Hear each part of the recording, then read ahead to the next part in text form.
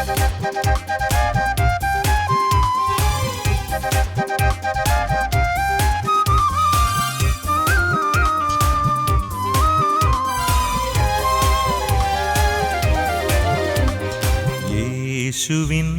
വാഗ്ദാനമേ പാവനാത്മനേ, ജീവൻ നൽകുന്ന ചൈതന്യമേ പരിശുദ്ധാത്മാവേ.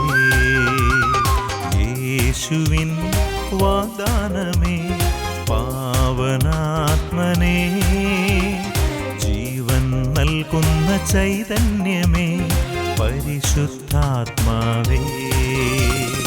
ആത്മാവേ എന്നിൽ നിറയണമേ, ആത്മാവേ എന്നിൽ നിറയണമേ, അഭിഷേകത്തിൻ നിറവായി മാറ്റണമേ, അഭിഷേകത്തിൻ നിറവായി മാറ്റണമേ.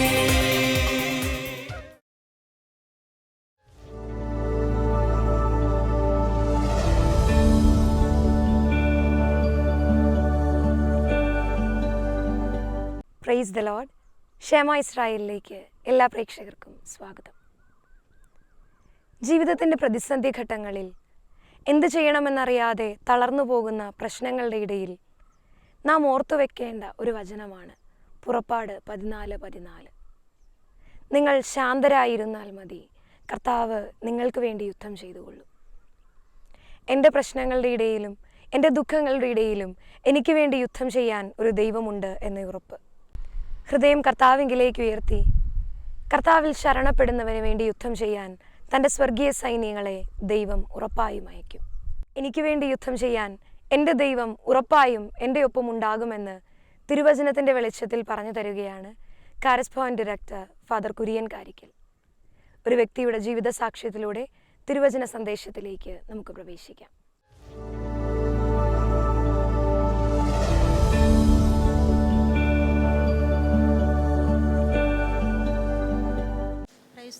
എൻ്റെ പേര് ഡോളി, സ്ഥലം വൈക്കം. ഞാനിവിടെ വന്ന് സാക്ഷ്യപ്പെടുത്താമെന്ന് പ്രാർത്ഥിച്ചതിൻ്റെ ഫലമായി എൻ്റെ ഓപ്പറേഷൻ ഭംഗിയായിട്ട് നടന്നു. കൂടാതെ നിരവധിയായ അനുഗ്രഹങ്ങൾ ഈശോ തന്നു. ഈശോയെ നന്ദി.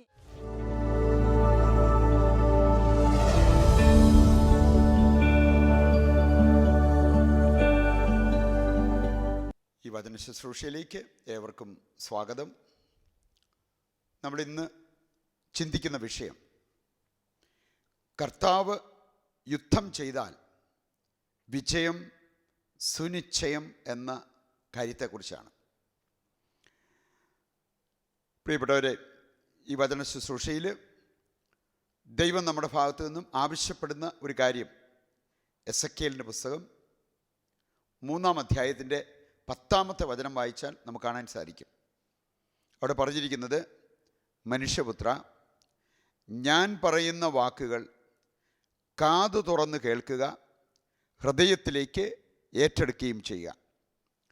നമ്മൾ ഈ വചന ശുശ്രൂഷയിൽ നമ്മുടെ ശരീരത്തിൽ 2 ഭാഗങ്ങൾ പ്രധാനമായിട്ടും നന്നായിട്ട് പ്രവർത്തിക്കണമെന്ന് ദൈവത്തിൻ്റെ വചനം നമ്മളെ ഓർമ്മിപ്പിക്കുകയാണ്. കാതു തുറന്ന് ദൈവത്തിൻ്റെ വചനം കേൾക്കുകയും ഹൃദയത്തിലേക്ക് വചനം ഏറ്റെടുക്കുവാൻ നമുക്ക് സാധിക്കുകയും ചെയ്യട്ടെ. ഒരു നിമിഷം നമുക്കതിനായിട്ട് പ്രാർത്ഥിക്കാം. കർത്താവേ, അങ്ങയുടെ വചനം, ജീവനുള്ള വചനം പ്രഘോഷിക്കപ്പെടുന്ന ഈ സമയം ഞങ്ങളുടെ കാതു തുറന്ന് വചനം കേൾക്കുവാനും ഞങ്ങളുടെ ഹൃദയത്തിലേക്ക് അങ്ങയുടെ വചനം ഏറ്റെടുക്കുവാനും ഞങ്ങളെ സഹായിക്കണമേ. ഞങ്ങൾ വചനം കേട്ടുകൊണ്ടിരിക്കുമ്പോൾ തന്നെ അത് ഞങ്ങളെ വിശുദ്ധീകരണത്തിലേക്കും അഭിഷേകത്തിലേക്കും സൗഖ്യത്തിലേക്കും നയിക്കുവാൻ അവിടുന്ന് ഇടവരുത്തണമേ. യേശുവേ നന്ദി, യേശുവേ സ്തുതി, യേശുവേ സ്തോത്രം. ഈശോമിശിഹായ്ക്ക് സ്തുതിയായിരിക്കട്ടെ. പ്രിയപ്പെട്ടവരെ, ഈ വചന ശുശ്രൂഷയിലേക്ക് നിങ്ങളുടെ ശ്രദ്ധ ക്ഷണിച്ചുകൊണ്ട് ഒരു വചനഭാഗം നിങ്ങളുടെ മുമ്പിൽ ഞാൻ കൊണ്ടുവരികയാണ്. 2 മക്കബായർ 15-ാം അധ്യായത്തിൻ്റെ 27-ാമത്തെ വചനം.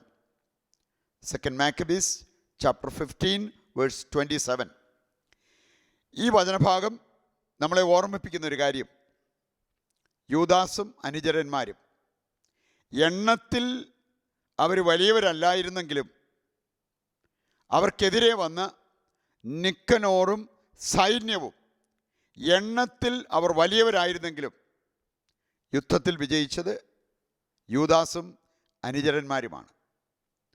ഇനി അതിന് പ്രധാനപ്പെട്ട കാരണം മനുഷ്യർ യുദ്ധം ചെയ്തതുകൊണ്ടല്ല, ദൈവം ആ മനുഷ്യരുടെ കൂടെ നിന്ന് യുദ്ധം ചെയ്തപ്പോൾ, യൂദാസിൻ്റെയും അനുചരന്മാരുടെയും കൂടെ നിന്ന് ദൈവം യുദ്ധം ചെയ്തപ്പോൾ അവിടെ വിജയം കരഗതമായതാണ്.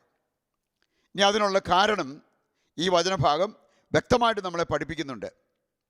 അവർ കരങ്ങൾ കൊണ്ട് യുദ്ധം ചെയ്യുകയും ഹൃദയം ദൈവത്തോട് ചേർത്ത് വെച്ച് പ്രാർത്ഥിക്കുകയും ചെയ്തു. മനുഷ്യൻ ചെയ്യേണ്ടതായ ഒരു റോളുണ്ട്. അതുപോലെ തന്നെ ദൈവം പ്രവർത്തിക്കേണ്ടതായ, ദൈവം ചെയ്യേണ്ടതായിട്ടുള്ള ഒരു റോള്, ഒരു ഭാഗമുണ്ട്. അതാണ് ഇവിടെ നമ്മൾ മനസ്സിലാക്കേണ്ടത്. പ്രിയപ്പെട്ടവരെ, ഒറ്റവാക്കിൽ പറഞ്ഞാൽ അധ്വാനശീലരായ ദൈവാശ്രയത്വമുള്ള മനുഷ്യർക്കാണ് സാധ്യത കൂടുതലുള്ളത്. മനുഷ്യൻ കരങ്ങൾ കൊണ്ട് അധ്വാനിക്കുവാനും ഹൃദയം കൊണ്ട് ദൈവത്തോട് പ്രാർത്ഥിക്കുവാനും തയ്യാറാകുമ്പോൾ അവിടെയാണ് വിജയസാധ്യത കൂടുന്നത് എന്നതാണ് ഈ വചനത്തിൻ്റെ സന്ദേശം. ഒരു സംഭവം ഞാൻ ഓർക്കുകയാണ്. വലിയ ഭാരിച്ച ഒരു തുക കടബാധ്യതയായി വന്ന ഒരു കുടുംബം. ഇന്നത്തെ കണക്കിൽ പറഞ്ഞാൽ ഏതാനും കോടികളുടെ ബാധ്യത. ആ സാഹചര്യത്തിൽ വന്നപ്പോൾ ഈ കുടുംബാംഗങ്ങൾ ഒന്നിച്ചിരുന്ന് പ്രാർത്ഥിച്ച് അവരെടുത്ത ഒരു തീരുമാനം, അത് അവരെ കുറച്ച് നാളുകൾ കൊണ്ട് ഈ കടബാധ്യതയിൽ നിന്നും പുറത്തു വരാൻ സഹായിച്ചു അത്രേ. അവർ ചെയ്തത് ഇതാണ്: ഒരു തീരുമാനമെടുത്തു. നമുക്ക് നമ്മുടെ ചിലവുകളെല്ലാം വെട്ടിച്ചുരുക്കി അത്യാവശ്യത്തിന് മാത്രം ചിലവാക്കി നമുക്ക് ജീവിക്കാം. വളരെ ലളിതമായ ഒരു ജീവിതം, അത്യാവശ്യത്തിന് മാത്രം ചിലവാക്കി അവർ ലളിത ജീവിതത്തിലേക്ക് വരികയും ഒപ്പം അവർ ചെയ്തൊരു കാര്യം, തീക്ഷ്ണമായിട്ട് ദൈവത്തോട് പ്രാർത്ഥിച്ചു. ദൈവമേ, മനുഷ്യർക്ക് അസാധ്യമായത് സാധ്യമാക്കുന്നവനാണ് അങ്ങ്. ലൂക്കായുടെ സുവിശേഷം 18-ാം അധ്യായം 27-ാമത്തെ വചനത്തിൻ്റെ സന്ദേശം, മനുഷ്യർക്ക് അസാധ്യമായത് ദൈവത്തിന് സാധ്യമാണ്. ആ വചനത്തിൻ്റെ സന്ദേശം അവരേറ്റെടുത്ത് പ്രാർത്ഥിക്കാൻ തുടങ്ങി. വീണ്ടും നമുക്ക് കാണാൻ സാധിക്കും, ജെറമ്യായുടെ പുസ്തകം 32-ാം അധ്യായം 27-ാമത്തെ വചനത്തിൻ്റെ സന്ദേശം, ഞാൻ സകല മർത്യരുടെയും ദൈവമായ കർത്താവാണ്, എനിക്ക് അസാധ്യമായി എന്തെങ്കിലുമുണ്ടോ? ഇപ്രകാരം ബൈബിളിൽ നമ്മൾ കാണുന്ന ഏതാനും വചനങ്ങളുടെ സന്ദേശം ഹൃദയത്തിലേക്ക് ഏറ്റെടുത്ത് വിശ്വാസത്തോടെ പ്രാർത്ഥിക്കുകയും ഒപ്പം ലളിതമായൊരു ജീവിതത്തിലെ പാഴ്ചെലവുകളെല്ലാം വെട്ടിച്ചുരുക്കി ആർഭാടമായി ജീവിക്കുന്ന കാര്യങ്ങളെല്ലാം അവർ ഉപേക്ഷിച്ചുകൊണ്ട് ഒരു ലളിത ജീവിതത്തിലേക്ക് അവർ കടന്നു വന്നു. എൻ്റെ പ്രിയപ്പെട്ടവരെ, യൂദാസും അനുചരന്മാരും ചെയ്തതുപോലെ എൻ്റെ മനസ്സിൽ വന്നത്, ഈ കുടുംബം ഇക്കാര്യം പങ്കുവെച്ചപ്പോൾ എൻ്റെ മനസ്സിൽ വന്നത് യൂദാസും അനുചരന്മാരും ചെയ്ത ആ കാര്യമാണ്. കരങ്ങൾ കൊണ്ട് യുദ്ധം ചെയ്യുകയും ഹൃദയം ദൈവത്തോട് ചേർത്ത് വെച്ച് പ്രാർത്ഥിക്കുകയും ചെയ്തു. അതിൻ്റെ ഫലമായി ദൈവം അത്ഭുതകരമായി ആ കടബാധ്യതയിൽ നിന്നും പുറത്തു വരാൻ ആ കുടുംബത്തെ സഹായിച്ചു എന്നത്. ഈ ഒരു ബോധ്യത്തോടു കൂടി നമ്മുടെ ജീവിതത്തിൽ മുമ്പോട്ട് പോയാൽ നമുക്കും നമ്മുടെ ജീവിതത്തിൽ നേട്ടങ്ങൾ കൊയ്തെടുക്കാം, നമ്മുടെ ജീവിതത്തെ വീണ്ടെടുക്കാൻ നമുക്ക് സാധിക്കും എന്നുള്ള ആ ഒരു സന്ദേശം നമ്മുടെ ഹൃദയത്തിലേക്ക് ഏറ്റെടുക്കാം. ഏതാനും ചില വചനഭാഗങ്ങൾ നമ്മുടെ മനസ്സിലൂടെ കടത്തിക്കൊണ്ട് പോകുന്നത് നല്ലതാണ്. കർത്താവ് നമ്മുടെ പക്ഷത്തുണ്ടെങ്കിൽ, കർത്താവ് നമുക്ക് വേണ്ടി യുദ്ധം ചെയ്യാനുണ്ടെങ്കിൽ, ഏത് സാഹചര്യത്തിലും നമുക്ക് ജീവിത വിജയമുണ്ടാവും. പ്രിയപ്പെട്ടവരെ, നമ്മുടെ ആത്മീയ സമരത്തിലായിരിക്കാം, ഈ ലോകത്ത് ഭൗതികമായ കാര്യങ്ങളിൽ നമ്മുടെ ജീവിതം മുമ്പോട്ട് നയിക്കുമ്പോഴായിരിക്കാം, അവിടെയെല്ലാം ജീവിതത്തിൽ വിജയം കൊണ്ടുവരേണ്ടത് ദൈവമാണെന്നുള്ള കാര്യം നമുക്ക് ഓർത്തിരിക്കാം. ഒരു വചനഭാഗം ഒരുപക്ഷെ നിങ്ങൾക്ക് സുപരിചിതമായിരിക്കാം. ജെറമിയായുടെ പുസ്തകം 20-ാം അധ്യായത്തിൻ്റെ 11-ാമത്തെ വചനം. ജെറമിയ 20:11 പറഞ്ഞിരിക്കുന്നത്, ഒരു വീരയോദ്ധാവിനെ പോലെ ഞാൻ നിങ്ങളുടെ പക്ഷത്ത് ഉണ്ടായിരിക്കും. ദൈവത്തിൻ്റെ കാര്യം പറഞ്ഞിരിക്കുകയാണ്. ദൈവത്തിൽ വിശ്വാസം അർപ്പിച്ച്, ദൈവത്തോട് പ്രാർത്ഥിച്ച്, ദൈവത്തിൽ ആശ്രയിച്ച് ജീവിക്കുന്ന ദൈവമക്കൾക്ക് ദൈവം വാഗ്ദാനം ചെയ്തിരിക്കുന്ന ഒരു കാര്യം, ഒരു വീരയോദ്ധാവിനെ പോലെ ഞാൻ നിങ്ങളുടെ പക്ഷത്തുണ്ടായിരിക്കും. എൻ്റെ പ്രിയപ്പെട്ടവരെ, നമ്മുടെ ആത്മീയ സമരത്തിൽ വിജയം വരിക്കാൻ നമുക്ക് വേണ്ടത് ജഡികമായ അല്ലെങ്കിൽ ലൗകികമായിട്ടുള്ള ആയുധങ്ങളല്ല. അതിനുപരിയായി ആത്മീയമായിട്ടുള്ള ആയുധങ്ങൾ. അതാണ് പ്രാർത്ഥിക്കുന്നവർക്കുള്ള, ദൈവാശ്രയത്വമുള്ളവർക്ക്, ദൈവത്തോട് ചേർന്ന് നിൽക്കുന്ന വ്യക്തികൾക്ക് ലഭിക്കുന്ന സമരായുധങ്ങൾ. ബൈബിളിൽ നമുക്ക് കാണാൻ സാധിക്കും. ഉൽപ്പത്തി പുസ്തകം 14-ാം അധ്യായത്തിൻ്റെ 14-ാമത്തെ വചനം. 14-ാം അധ്യായം നമ്മൾ കാണുന്നുണ്ട്. ഇസ്രായേൽ ജനം ഒരു വലിയ പ്രതിസന്ധിയിലായിരുന്ന സാഹചര്യം. ഇസ്രായേൽ ജനം മുമ്പോട്ട് നോക്കിയാലും പുറകോട്ട് നോക്കിയാലും മരണം കാണുന്ന രംഗം. ചെങ്കടലിന് മുമ്പിൽ നിൽക്കുന്നു. മുമ്പോട്ട് നോക്കിയാൽ ചെങ്കടൽ. ഇനി അതിനകത്ത് പതിച്ചാൽ ഉണ്ടാകാവുന്ന അവസ്ഥ അവർക്കറിയാം, മരണം. പുറകോട്ട് നോക്കിയപ്പോൾ ഈജിപ്ത് സൈന്യം. ഇനി മുമ്പോട്ടോടാതെ അവിടെ നിന്ന് കഴിഞ്ഞാൽ ഈ സൈന്യത്തിൻ്റെ കയ്യിൽപ്പെട്ട് എന്താണ് സംഭവിക്കാൻ പോകുന്നത് എന്നവർക്കറിയാം. മുമ്പോട്ട് നോക്കിയാലും മരണം, പുറകോട്ട് നോക്കിയാലും അവർ കാണുന്നത് മരണം. ആ സമയത്ത് അവർ ഭയന്ന് വിറച്ചു, ഒപ്പം നിലവിളിക്കാൻ തുടങ്ങി. പ്രിയപ്പെട്ടവരെ, അവരുടെ കൂടെ ഉണ്ടായിരുന്ന അവരുടെ നേതാവ് മോശ, അദ്ദേഹം ചെയ്തൊരു കാര്യം, മുട്ടിന്മേൽ വീണ് ദൈവസന്നിധിയിലേക്ക് കരങ്ങൾ നീട്ടി ദൈവത്തോട് അവൻ നിലവിളിച്ച് പ്രാർത്ഥിച്ചു. ദൈവമേ, ഈ സാഹചര്യത്തിൽ അങ്ങ് ഞങ്ങളെ സഹായിക്കണമേ. ഈ ജനത്തെ നാശത്തിന്, മരണത്തിന് വിട്ടുകൊടുക്കരുത്. പ്രിയപ്പെട്ടവരെ, മോശയ്ക്ക് ദൈവം ഒരു സന്ദേശം കൊടുക്കുകയുണ്ടായി.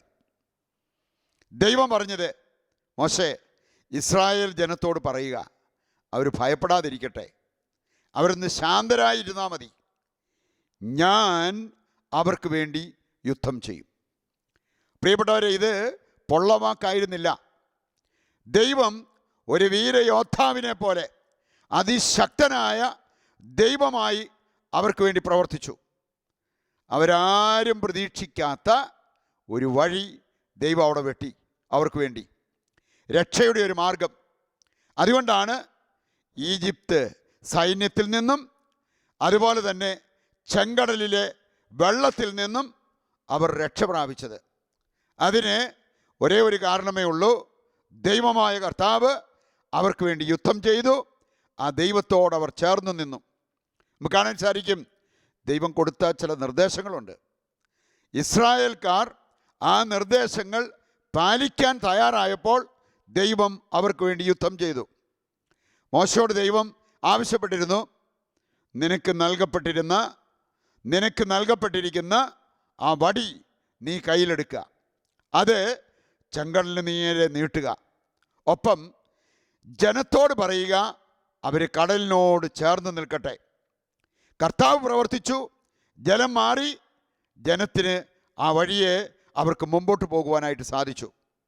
പ്രിയപ്പെട്ടവരെ, ഇതുപോലെ മരണം നമ്മുടെ മുമ്പിൽ നിൽക്കുമ്പോഴും, രോഗം നമ്മുടെ മുമ്പിൽ നിൽക്കുമ്പോഴും, പ്രയാസങ്ങളും പ്രതിസന്ധികളും നമ്മുടെ മുമ്പിൽ നിൽക്കുമ്പോഴും കർത്താവ് പറയുന്ന ഒരു കാര്യമുണ്ട്, ഭയപ്പെടാതെ ശാന്തരായിരുന്നാൽ മതി, ഞാൻ നിങ്ങൾക്ക് വേണ്ടി യുദ്ധം ചെയ്യും, ഞാൻ നിങ്ങളെ ഈ അവസ്ഥയിൽ നിന്നും രക്ഷിക്കും.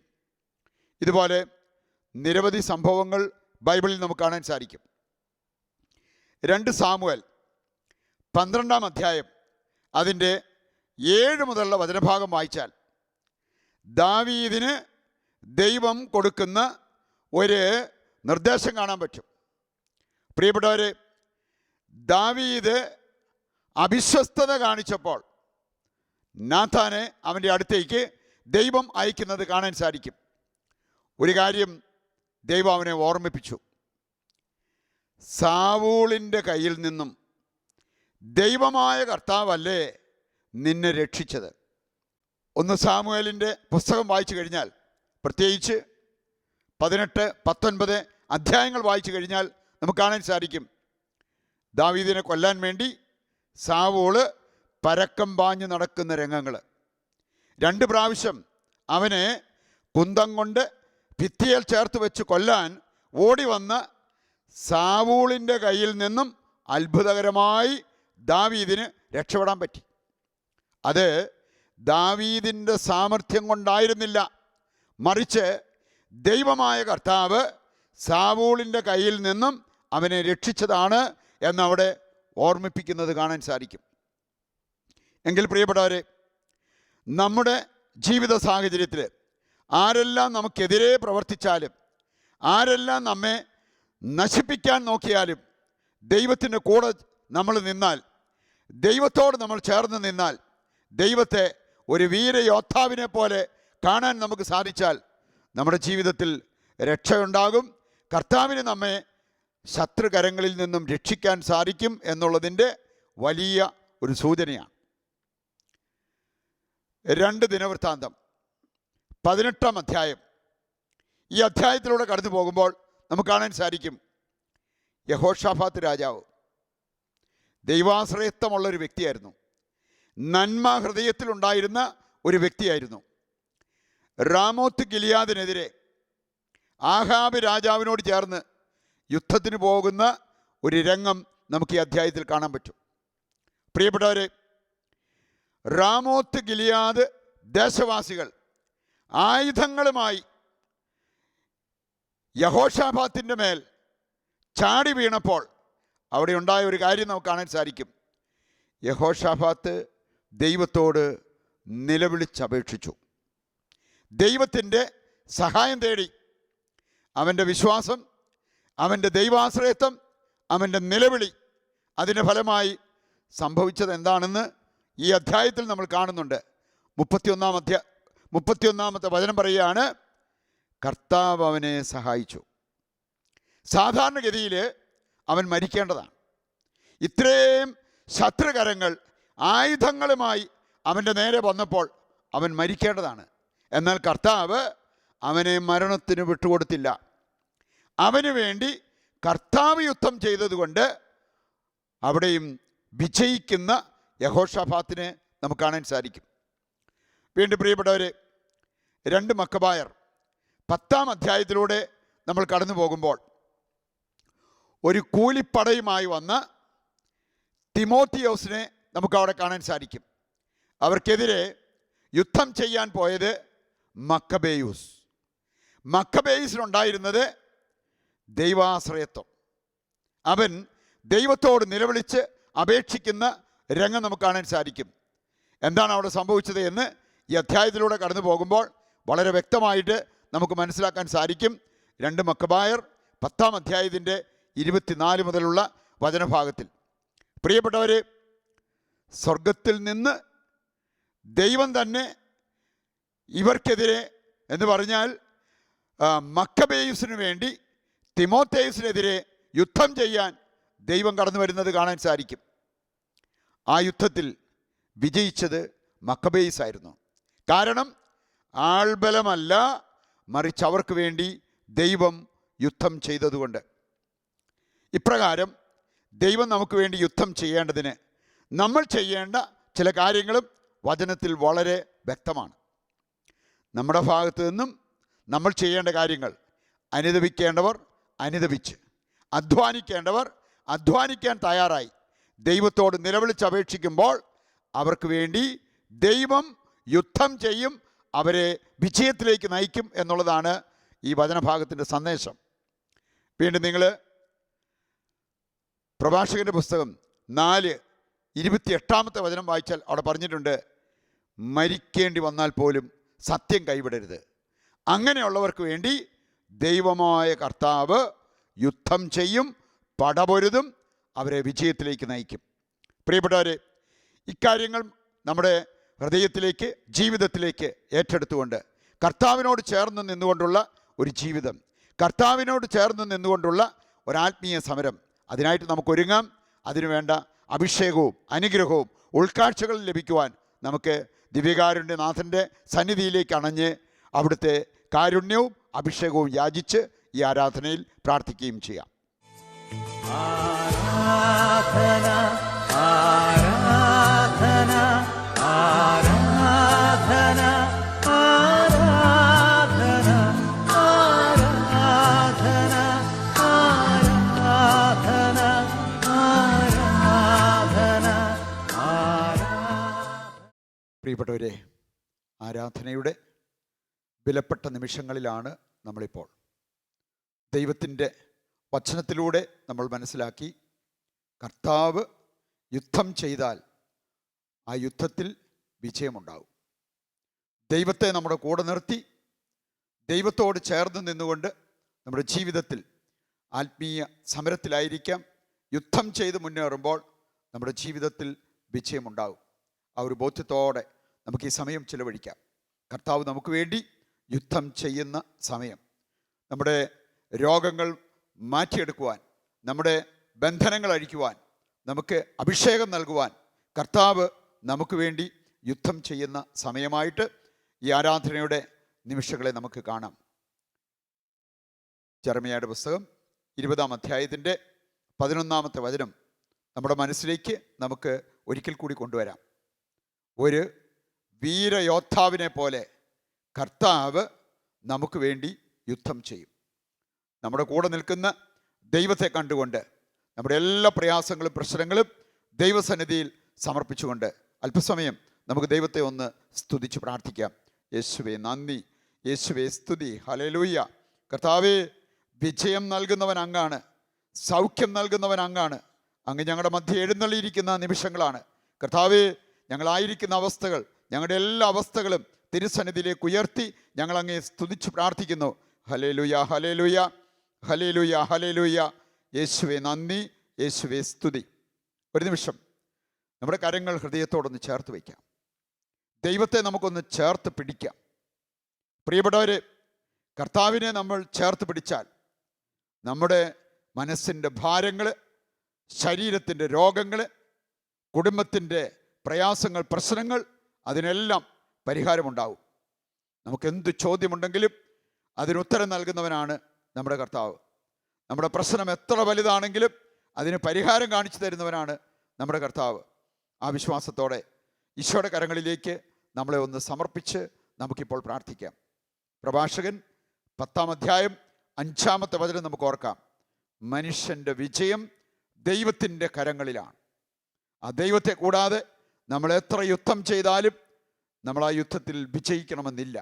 ഒരുപക്ഷെ നമ്മുടെ ദുശ്ശീലങ്ങൾക്കെതിരെയുള്ള യുദ്ധം, അന്ധകാര ശക്തിക്കെതിരെയുള്ള യുദ്ധം, ഈ യുദ്ധത്തിൽ വിജയം വരിക്കേണ്ടതിന് ദൈവത്തോട് ചേർന്ന് നിന്ന് നമുക്കൊന്ന് പ്രാർത്ഥിക്കാം. വൈദികരായ ഞങ്ങൾ നിങ്ങളോട് ചേർന്ന് പ്രാർത്ഥിക്കുന്നു. നിങ്ങൾക്ക് വേണ്ടി പ്രാർത്ഥിക്കുന്ന സമയമാണ്. കർത്താവേ, കാരുണ്യവാനായ ദൈവമേ, വൈദികരായ ഞങ്ങൾ ഈ സമൂഹത്തെ സമർപ്പിച്ച് പ്രാർത്ഥിക്കുന്നു. അങ്ങയുടെ വചനം കേട്ട് വചനത്താൽ വിശുദ്ധീകരിക്കപ്പെട്ട മക്കള്, വചനത്താൽ വിശ്വാസത്തിൽ ആഴപ്പെട്ട മക്കള്, കർത്താവേ, സൗഖ്യത്തിന് വേണ്ടി അങ്ങയോട് നിലവിളിച്ചപേക്ഷിക്കുന്ന ഈ സമയം, ഇവരുടെ ജീവിത പ്രശ്നങ്ങൾ പരിഹരിക്കേണ്ടതിന് അങ്ങയെ സമീപിക്കുന്ന ഈ സമയം, കർത്താവേ, അവിടുന്ന് ഉയർന്നു നിന്ന് ഈ മക്കളെ അനുഗ്രഹിക്കണമേ എന്ന് പ്രാർത്ഥിക്കുന്നു.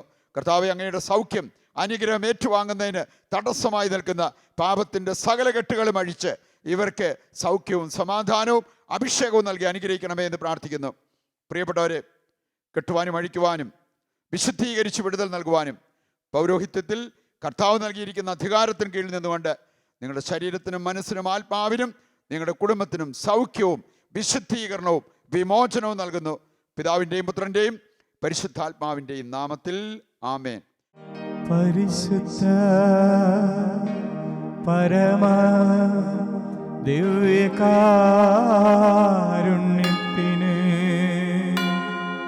എന്നേരവും സ്തുതിയും പുകഴ്ചയും ഉണ്ടായിരിക്കട്ടെ.